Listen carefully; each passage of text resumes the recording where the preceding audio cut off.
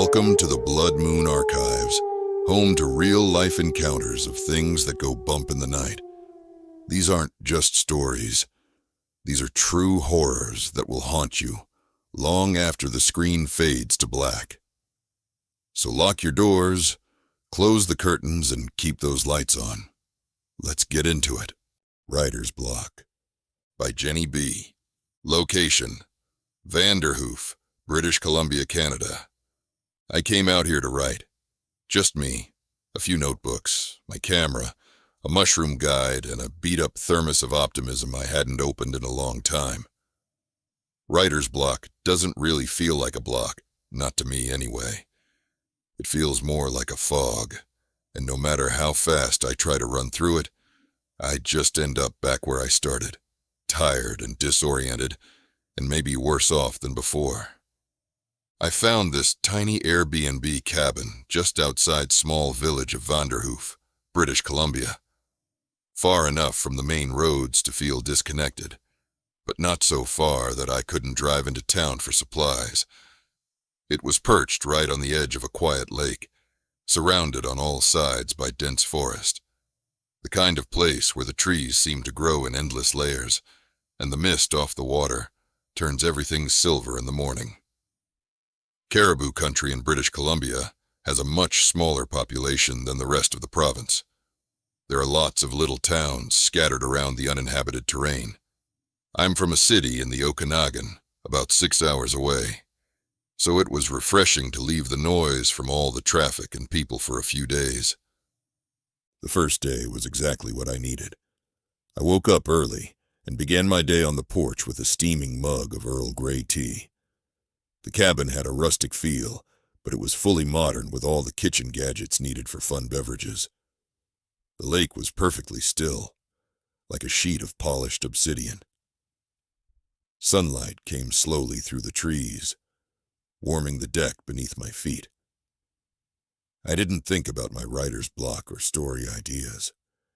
I just sat there and breathed. For the first time in a while, I felt like a person again. After lunch, I grabbed my camera and headed down one of the worn paths that trailed off behind the cabin. They weren't official hiking trails or anything. More like the kind of narrow, overgrown tracks made by years of foot traffic from other wanderers like me. A few hundred feet in, the trees closed in, and it felt like stepping into another world. I kept stopping to snap photos. Ferns unfurling from mossy logs, patches of orange fungi glowing under fallen leaves, the crooked silhouettes of ravens flapping overhead. At one point, I heard something in the underbrush, maybe 20 feet to my right. I froze. The sound wasn't frantic, but it was deliberate, heavy. My heart picked up speed, and for a second, I imagined a bear, or maybe a moose. My camera hung useless around my neck while I waited. Then a doe stepped out from between the trees, and behind her, 2 fawns. They didn't see me right away. I stood still, barely breathing, watching them graze and move across the path.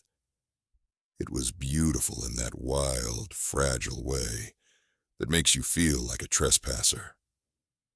I brought my camera to my gaze and rapid shot just to make sure I got at least one good picture. Later that evening, I poured a glass of red wine and sat out on the porch again. This time facing west, watching the sun dip behind the tree line. The lake mirrored the sky like a mood ring shifting into dusk. I thought about how easy it would be to stay out here. No noise, no pressure. Just quiet mornings, long walks, books, and art supplies. I imagined a version of my life where this was permanent. Just a cabin, some solitude, and words flowing from me like breath. A little stereotypical, but hey, if it's right, it's right. Right. That night, I fell asleep easily, the wine and fresh air working their magic. But sometime after midnight, I woke up. At first, I couldn't place what had woke me. Everything inside the cabin was still, but there was a sound. Something outside. Heavy steps on the porch, not fast, not running, but steady. Thud, thud, creak. I held my breath, straining to hear more. The boards outside groaned slightly, the way they did under my feet that morning. But this wasn't me, and it wasn't an animal pacing. It was just one or two deliberate steps. Then stillness.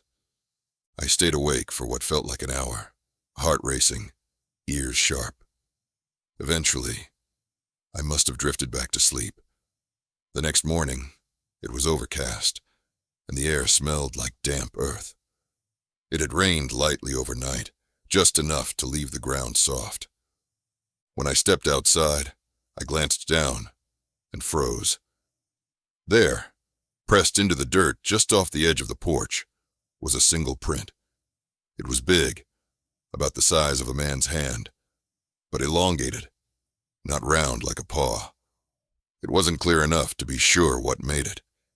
Not human, but not completely animal either. The edges were smeared from the rain. I crouched down and stared at it, half convinced my mind was making more of it than it should. Still, something about it gave me a little anxiety. I didn't dwell on it for too long. I told myself it was probably a trick of the light, or maybe a distorted print from a deer, stepping twice in the same spot. I didn't want fear to spoil what had been, up to that point, a peaceful experience. Plus, there were other cabins out here. Not super close, but definitely within running distance. Weird that I even thought that at the time.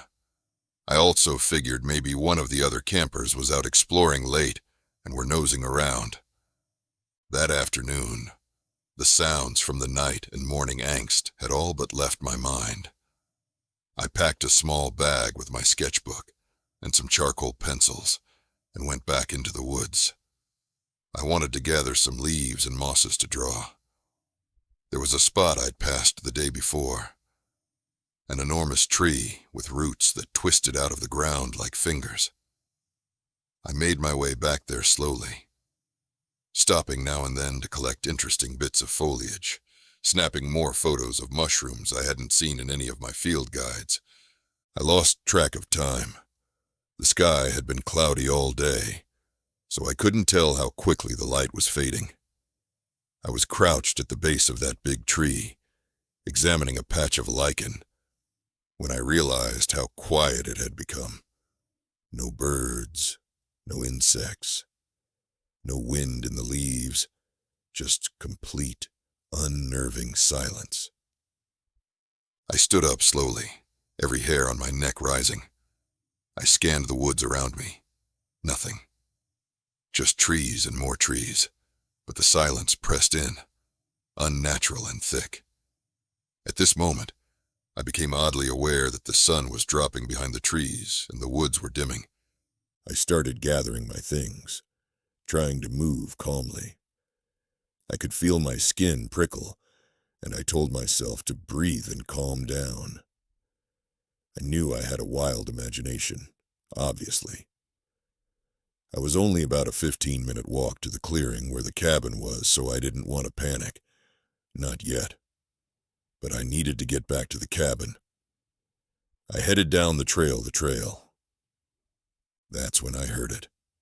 Out of the silence came a low rustle, then another, coming from the trees to my left. Not far from the path, maybe 100 feet or so. I turned my head, trying to spot whatever it was. Squirrel, another deer. I raised my camera and rapid shot across the forest as I increased the speed of my steps. Then the growl came, low and deep, like something vibrating in my chest more than in my ears. It didn't sound like a bear. It didn't sound like anything I'd ever heard before. Not that I was a big outdoors person. But I didn't wait.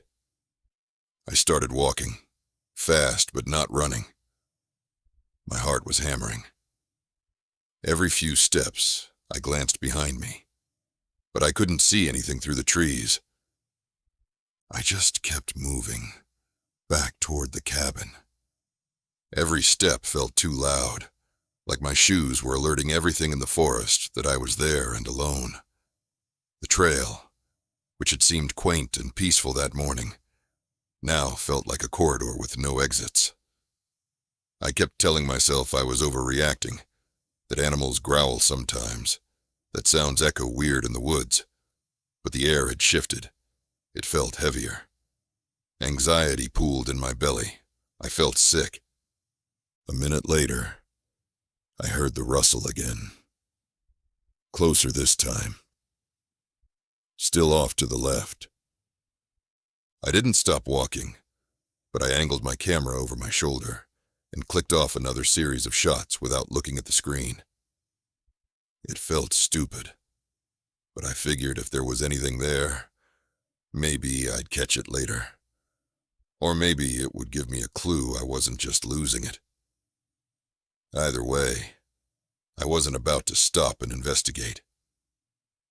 My bag thumped against my back as I walked, and I could hear my breath, shaky and uneven, too loud in the silence that still hung unnaturally over the forest.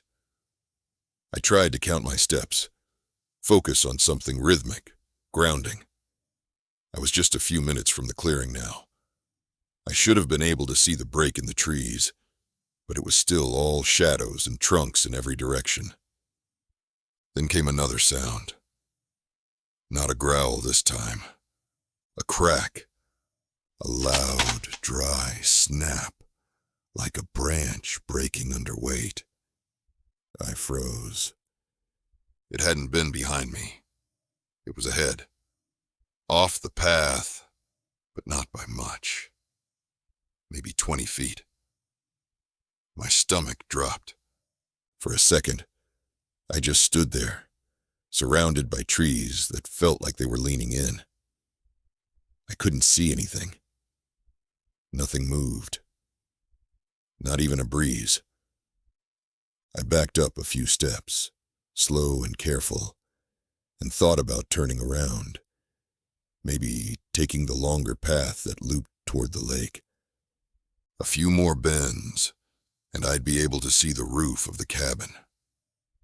My mind raced. I kept imagining headlines, and my mom going to the police to report me missing. 12 years earlier, a 19-year-old girl named Madison had gone missing while camping alone in the same area. But there was a huge party of young people there the weekend she went missing, so foul play was considered by one of the people attending. Her body was only found a couple of years ago. I could see a faint glow where the trees began to thin. The clearing. The cabin. I ran. My chest loosened the moment I stepped into the open space. The trees behind me didn't look as ominous now. Not from here. Just tall. Just still. I didn't see anything when I looked back.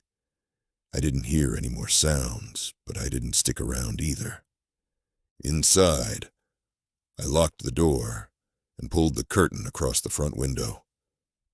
I tried not to check it again, but every few minutes, my eyes flicked over to the gap where the fabric didn't quite cover the edge. I dumped my bag on the table and pulled out my camera. I didn't really want to look, but I also kind of needed to. Most of the shots were blur, branches, low light, motion, but in one of them, mid-frame, something was there. Not clear, not sharp. Just a shape. Tall. Too tall for a person. Narrow. A kind of vertical smudge between the trees. It could have been anything. Light. Shadow. A trick of movement. Or it could have been something else entirely. I zoomed in until the pixels broke apart, but I couldn't tell. I sat there for a long time, staring at it. Maybe it was one of the other campers thinking that they were funny. I still don't know. I slept with the lights on for the rest of my trip, and stayed around the cabin enjoying the porch and the lake. After I got home, I had my photos developed and put that one picture on my corkboard. Maybe as a reminder I'm not crazy. Or maybe just for a little inspiration. Well, you've heard the truth. But remember, not every story ends when the video does. Some stories follow you home, into the dark corners of your mind. If you've made it this far, you might just be brave enough to face what's next. If you want to hear more of these terrifying tales, and perhaps awaken something, you shouldn't. Don't forget to like, subscribe, and turn on notifications. You'll want to know when the next nightmare arrives. But be careful.